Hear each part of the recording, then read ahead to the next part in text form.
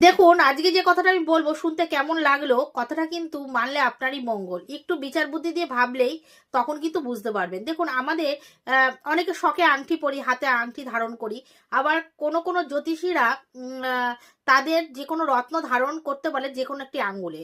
সব আঙ্গুলে কিন্তু সব রত্ন ধারণ করতে বলে না, তার জন্য আলাদা আলাদা আঙ্গুল আছে। এক একটা আঙ্গুলে এক একটা রত্ন ধারণ করতে হয়, কেন? সেই গ্রহর জন্য সেই আঙ্গুলটা পারফেক্ট, তাই জন্য সেই আঙুলে সেই রত্ন ধারণ করতে বলে। কিন্তু এই আংটি পরার সময় একটু সতর্ক হয়ে পড়বেন, আর এই জিনিসগুলো খেয়াল রাখবেন। কি খেয়াল রাখবেন? আংটি যেন খুব টাইট না হয়। দেখুন, বেরিয়ে আসছে, টাইট না। আর আমার আঙুলটা দেখুন, আগে যেরকম ছিল সেরকম অবস্থায় রয়েছে। দেখুন, এই জায়গাটা কিন্তু সরু হয়ে যায়নি। অনেকের আংটি পরতে পরতে এই জায়গাটা সরু হয়ে যায়।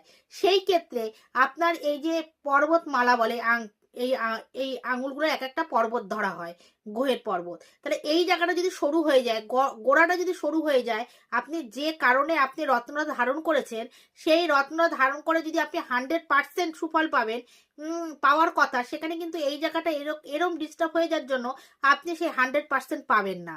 তাই জন্য সবসময় আংটি ধারণ করার সময় একটু লুজ ধরনের আংটি ব্যবহার করবেন, বেশি টাইট আংটি পরবেন না, যাতে এই আঙুলটায় কোনো দাগ বা আঙুলটা সরু না হয়ে যায়। এই জিনিসটা খেয়াল রেখেই তবে আংটি পরবেন, কেন আমাদের এক একটা আঙুল, হাতের আঙুল খুব গুরুত্বপূর্ণ কিন্তু আমাদের জীবনের জন্য।